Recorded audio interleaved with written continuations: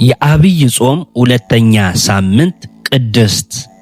የአብይ ጾም ሁለተኛ ሳምንት እንደምታውቁት ቅድስት ይባላል።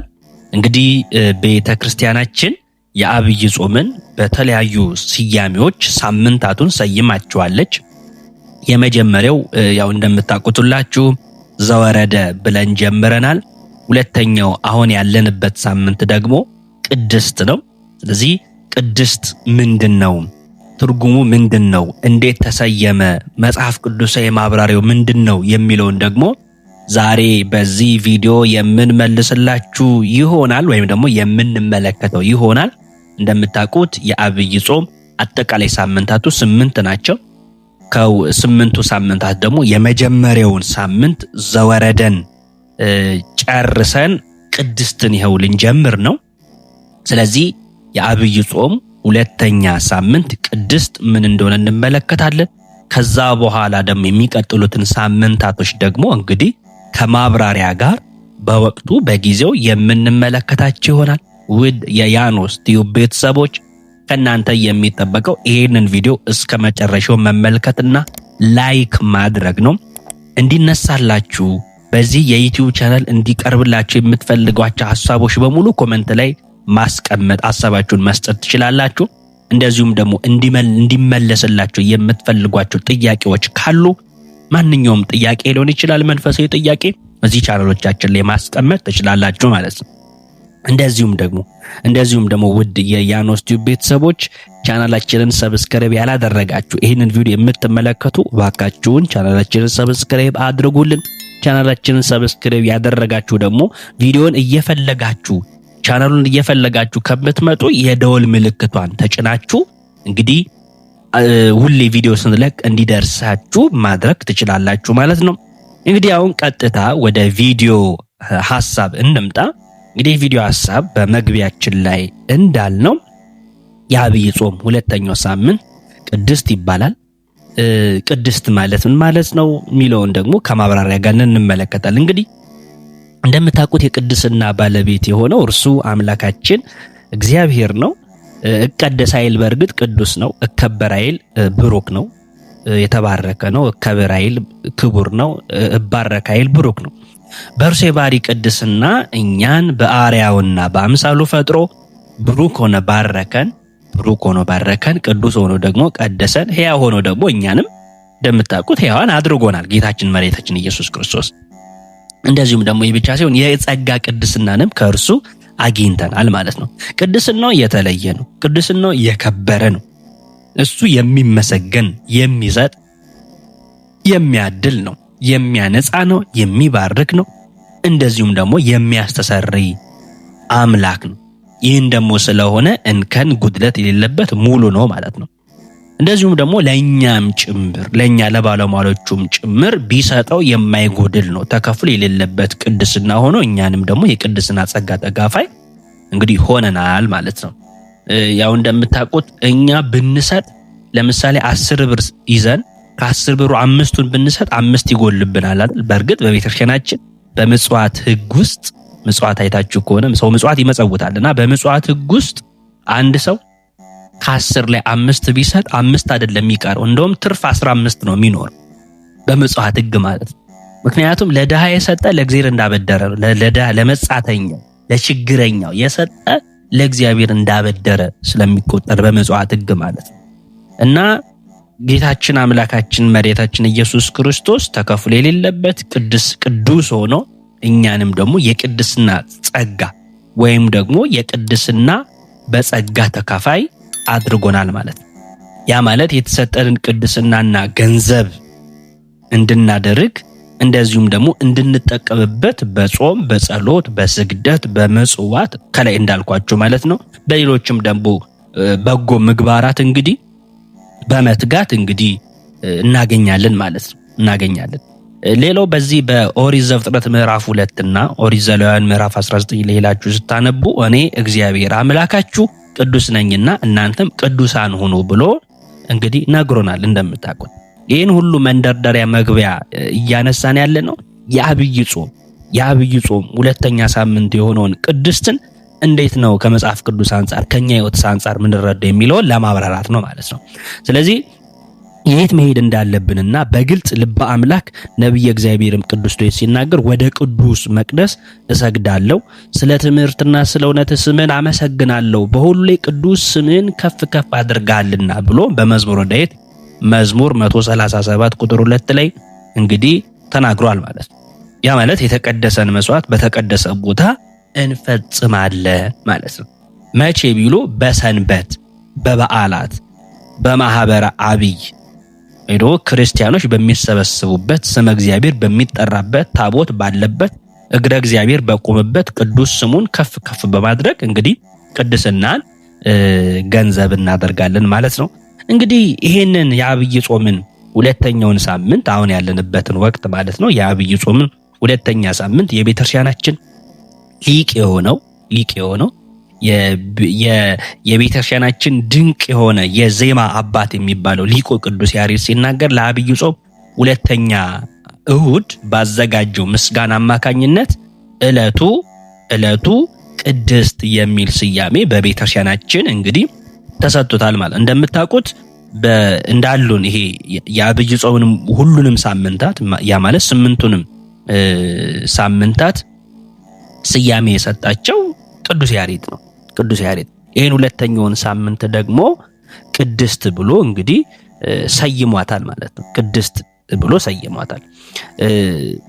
ይሄ ቅድስት የሚለው ስያሜ ትርጉም ቅድስት የሚል ስያሜ ሲሰጠው ቅድስት የሚለው ስያሜ ትርጉም የተለየች፣ የተመረጠች፣ የከበረች ማለት እንደሆነ እንግዲህ መጽሐፈ ሰዋስው ወግስ ወመዝገበ ቃላት ገጽ 784 ላይ እንግዲህ ይህንን ትርጉም አስቀምጦታል። ቅድስት የሚለው ቃል እንግዲህ ዕለቱ ቅድስት ተብሎ የተሰየመበት ምክንያት ስለ ዕለተ ሰንበት እንዲሁም ደግሞ ስለ እግዚአብሔር አምላክ ፍጹም ቅድስና የሚያወሳ በመሆኑ ነው።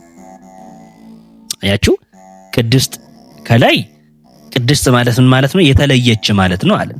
የተመረጠች ማለት ነው አለን። የከበረች ማለት ነው አለን።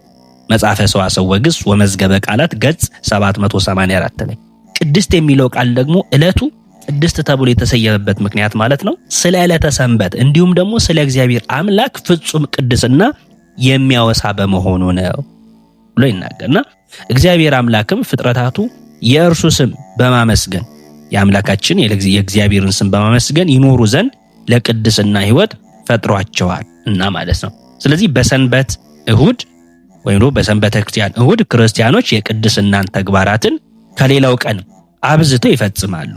ከሌላው ቀን በተለየ አብዝተው ይፈጽማሉ ማለት ነው። አብዝተው ይፈጽማሉ።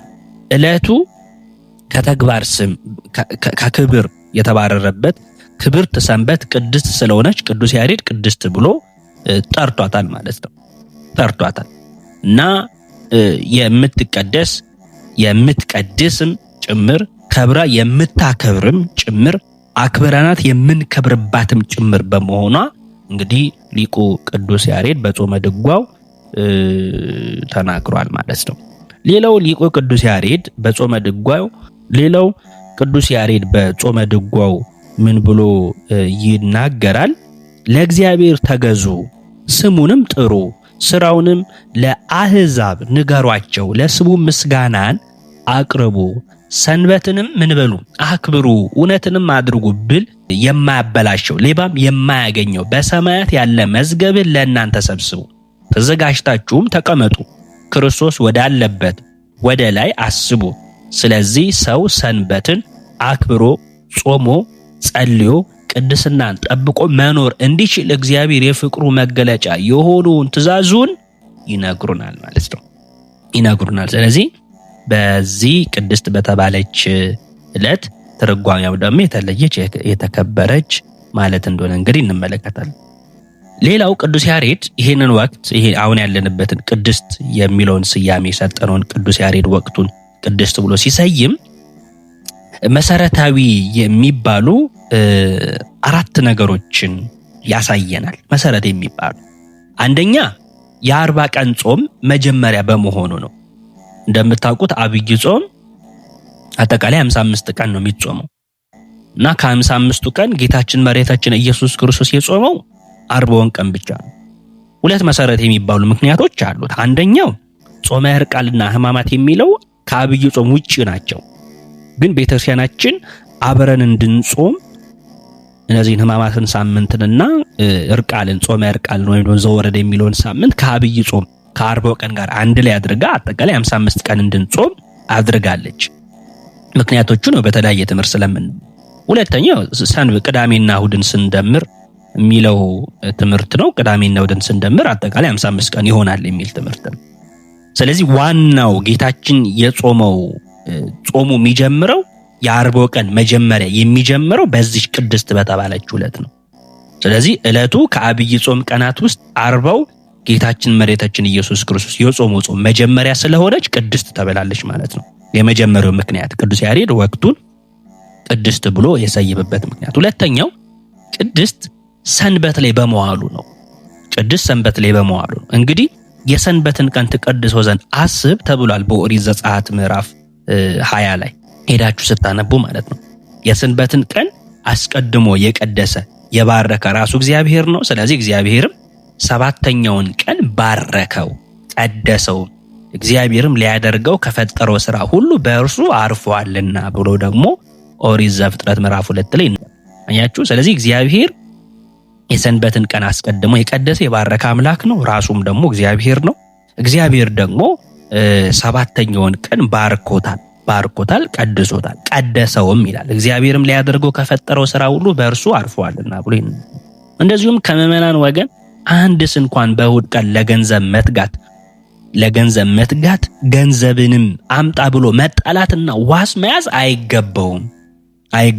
ሁሉም ምዕመናን ወደ ቤተክርስቲያን በንጽህና በትሕትና ሆነው ዳኛ ግብሬን፣ አበዳሪ ብድሬን፣ ኤጲስቆጶስ አስራት በኩራት፣ ነጋድራስ ቀረጥ አምጡ ይላሉና ብለው ሳይፈሩ ይምጡ ማለት ነው። ወደ ቤተክርስቲያን ወደ ቅድስት ቤተክርስቲያን ይምጡ ማለት ነው። ቅድስት ሰንበት ላይ በመዋሉ እንግዲህ የዜማው ሊቅ ቅዱስ ያሬድ ወቅቱን ቅድስት ብሎ ሲሰይም እንመለከታለን ማለት ነው። ሌላው ሶስተኛው ወቅቱ ወርሃ ጾም በመሆኑ ነው።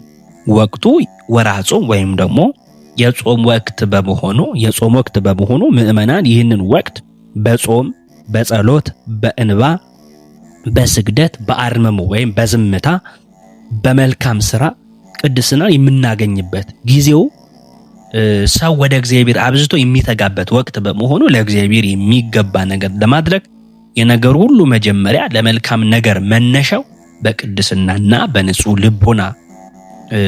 ልቦና እንግዲህ መቅረብ ስለሆነ ቅድስት ብሏታል ቅዱስ ያሬድ ማለት ነው። ቅዱስ ያሬድ። ስለዚህ ሶስተኛው ወቅቱ ወርሃ ጾም። ይህ ወርሃ ጾም ደግሞ በተለይ ከምን ጊዜውም በላይ በእርግጠኛ በየትኛውም ጊዜ ወደ እግዚአብሔር መመለስ አለብን። ግን ሰው በይበልጥ በጾም ወቅት ይበልጥ ወደ እግዚአብሔር ይጠጋል። በዚህ ወቅት ደግሞ በጾም በጸሎት ይተጋል። በእንባ በስግደት በአርምሞ እግዚአብሔርን ይገናኛል። በመልካም ሥራና በቅድስና ሥራዎች ከእግዚአብሔር ጋር ይገናኛል። ጊዜውም ደግሞ ወደ እግዚአብሔር የብዙቶ የምንተጋበት ነው። ምክንያቱም ቀኒቱ ቀርባለችና በቶሎ እመጣለሁ ብሏል አምላካችን ልዑል እግዚአብሔር። ተዘጋጅታችሁ ኑሩ ብሎ ይናገራል አምላካችን ልዑል እግዚአብሔርና አብዝቶ የሚተጋበት ወቅት በመሆኑ ለእግዚአብሔር የሚገባ ነገር ለማድረግ የነገር ሁሉ መጀመሪያ ለመልካም ነገር ሁሉ መነሻ በቅድስና በንጽህና ልቦና መቅረብ እንደሆነ ሁሉ በዚህም ሳምንት እንግዲህ ቅድስት ተብሎ እንድትሰየም አድርጓታ ማለት ነው። ምን ብሎ ይናገራል ሊቁ ቅዱስ ያሬድም ደግሞ ሲናገር ጾም ማለት የጸሎት እናት፣ የትሕትና እህት፣ የእንባ ምንጭ፣ የመልካም ሥራ ሁሉ መጀመሪያ ናት ብሎ ይናገራል ቅዱስ ያሬድ። እንደዚሁም ደግሞ ቅዱስ ያሬድ ሲናገር በተያያዘ ምን ብሎ ይናገራል? ዓይን የሚጾም ከማየት ይከልከል። አኛችሁ አንደበት የሚጾም ክፉ ከመናገር፣ ጆሮ የሚጾም ክፉ ከመስማት ብሎ ይናገራል። ይህ ብቻ አይደለም። ቅዱስ ያሬድ እንደገና ሲናገር ጾም የነፍስን ቁስል ታድናለች፣ የሥጋን ፍላጎት ታስወግዳለች ብሎ ይናገራል። እንደገና ደግሞ አሁን ባየነው ሐሳብ ላይ ጾም የጸሎት እናት ነች። ጾም ማለት የጸሎት እናት ነች፣ እናቷ ነች፣ ወላጇ ነች። የትሕትናም ደግሞ እህት ነች። ያ ማለት ጾም ማለት የጸሎት እናት ነች። ጾም ጸሎትን ታስተምራለች ማለት ነው። እንደዚሁም ደግሞ የትሕትና እህቷ ነች። ትሕትና አብሮ እንድንሄድ ታደርገናለች። ትሕትና እንዲኖረን ያደርገናል። ጾም እንባ እንዲፈሰን በንስሐ ወደ እግዚአብሔር እንድንመለስ ያደርገናል። ጾም እንደዚሁም ደግሞ የመልካም ስራዎች ሁሉ መጀመሪያ ጾም ናት። የእያንዳንዱ መልካም ምግባራት ሁሉ መጀመሪያ ጾም ነው ብሎ እንግዲህ ቅዱስ ያሬድ ይናገራል። ስለዚህ ጾምን ቀድሱ ጉባኤውንም አውጁ እየተባልን የተሰጠንን የጸጋ ቅድስና በእጃችን ላይ መኖሩን አመልካች ቃል ሆኖ እናገኘዋለን ማለት ነው። ትንቢተ ኢዩኤል ምዕራፍ 1 ላይ 14 ላይ ስታነቡ ጾምን እንበሉ ይላል፣ ቀድሱ ይላል፣ ጉባኤውንም ደግሞ አውጁ ብሎ ይናገራል። ስለዚህ ሶስተኛው ወቅቱ ወርሃ ጾም ወይም ደግሞ የጾም ወቅት በመሆኑ ነው ማለት ነው። ሌላው አራተኛው እንዳልኳችሁ የወንጌል ትእዛዝ በመሆኑ ዕለቱን ተጠቅሞ ዓለምን ጌታችን መድኃኒታችን ኢየሱስ ክርስቶስ አስተምሮበታል። ይህ ዋናውና ትልቁ ምክንያት ነው እና ይህች ዕለት እግዚአብሔር የሰራት ቀን ናት፣ ሐሴትን እናድርግ በእርሷም ደስ ይበለን ብሎ ይናገራል። መዝሙረ ዳዊት 117 ቁጥር 24 ላይ ማለት ነው። ይህች ዕለት እግዚአብሔር ምን ያላት ቀን ናት? የሰራት ቀን ናት። ሐሴትን ምን እንበልባት? እናድርግባት በእርሷም ደስ ይበለን ብሎ ይናገራል እና ቅዱስ ዮሐንስም በራእዩ የጌታ ቀን ስለመሆኗ ወይም ደግሞ ሰንበት የጌታ ቀን ስለመሆኗ እንዲህ ይላል፣ በጌታ ቀን በመንፈስ ነበርኩ ብሎ ዮሐንስ ራእይ ምዕራፍ 1 ቁጥር 10 ላይ ይናገራል። እስቲ ከዚህ ጋር በተያያዘ ሊቃውንቱ በፍትሐ ነገሥት ምን አሉ የሚለውን ደግሞ እንመልከት። እንግዲህ ሊቃውንቱ በፍትሐ ነገሥት ላይ ፍትሐ ነገሥት ገጽ 254 ላይ ሄዳችሁ ስታነቡ ሁል ጊዜ በቤተክርስቲያን ተሰብሰቡ፣ ይልቁንም በዕለተ እሑድ በዕለተ ቀዳሚት በጌታ በዓላት ወደ ቤተክርስቲያን ተሰብሰቡ በማለት ያዙናል። ስለዚህ በትጋት ጾመን ጸልየን ርስቱን እንድንወርስ እንግዲህ የእግዚአብሔር ቸርነት የእመቤታችን ቅድስት ድንግል ማርያም ምልጃ የቅዱሳን በረከት ይጠብቀን። በዚህ ዕለት የሚዘመሩ የዕለቱ መዝሙሮች አሉ። ከጾመ ድጓው ግነዩ ለእግዚአብሔር ምንባባት አሉ። አንደኛ ተሰሎንቄ ምዕራፍ 4 ቁጥር 1 እንደዚሁም ደግሞ ምዕራፍ 1 ቁጥር 13 እንደዚሁም ደግሞ ሁለተኛ ጴጥሮስ ላይ ሄዳችሁ ስታነቡ እንደዚሁ ሐዋርያት ሥራ ላይ። ስለዚህ የዕለቱ መዝሙር ከጾመ ድጓ ግነዩ ለእግዚአብሔር ምንባባት ይነበባሉ። ምስባክ ደግሞ እግዚአብሔር ግን ሰማያትን ፈጠረ፣ እምነትና በጎነት በፊቱ ቅድስናና የክብር ገናናነት በመቅደሱ ውስጥ ናቸው የሚለው መዝሙር እንግዲህ 91 ይነበባል። መዝሙር 95 ቁጥር 5። ወንጌል ደግሞ የማቴዎስ ወንጌል ምዕራፍ 6 ቁጥር 16 ይነበባል። ቅዳሴው ደግሞ ቅዳሴ ዘኤጲፋኒዎስ ነው ማለት ነው። ስለዚህ የዕለቱ መዝሙር ከጾመ ድጓ ግነዩ ለእግዚአብሔር ምንባባት ነው። ምስባክ ደግሞ እንዳልኳችሁ እግዚአብሔር ግን ሰማያትን ፈጠረ፣ እምነትና በጎነት በፊቱ ቅድስናና የክብር ገናናነት በመቅደስ ውስጥ ናቸው የሚለው መዝሙረ ዳዊት መዝሙር 95 ነው። ወንጌል ደግሞ የማቴዎስ ወንጌል ምዕራፍ 6 ነው። ቅዳሴ ደግሞ ቅዳሴ ዘኤጲፋኒዎስ ነው ማለት ነው። በዚህ ሳምንት በቅዱስ ሳምንት የሚነበበው እንግዲህ ትልቅ ትምህርት ወስዳችሁበታል፣ ሰፊ ማብራሪያም አግኝታችሁበታል ብዬ አስባለሁ። ውድ የአርኖስቱ ቤተሰቦች ያስተማረን የመከረን የአባቶቻችን አምላክ ስም የተመሰገነ ይሁን። ቻናላችንን ሰብስክራይብ ማድረጋችሁን እንዳትረሱ። ቻናላችንን ሰብስክራይብ ያደረጋችሁ ደግሞ የደወል ምልክቷን ቪዲዮን ስትለቅ እንዲደርሳችሁ መጫናችሁን አትርሱ። ላይክ ማድረጋችሁንም እንደዚሁ ላስታውሳችሁ። ቪዲዮን ስትመለከቱ ላይክ አድርጉ፣ ያበረታተናል። ያላችሁን ሐሳብ፣ አስተያየት፣ ጥያቄ ሁሉ በኮሜንት ላይ ብትጽፉልን እኛ ለእያንዳንዱ ኮሜንት መልስ የምንሰጥ ይሆናል። እንደዚሁም ደግሞ አስተማሪ ሆኖ ካገኛችሁት ለወዳጆቻችሁ ይማሩበት ለምትሏቸው ሰዎች ሁሉ ሼር ማድረጋችሁን እንዳትረሱ። ስለነበረን ጊዜ አምላካችን የልዑል እግዚአብሔር ስም የተመሰገነ ይሁን። ወስብሐት ለእግዚአብሔር። ይቆየን።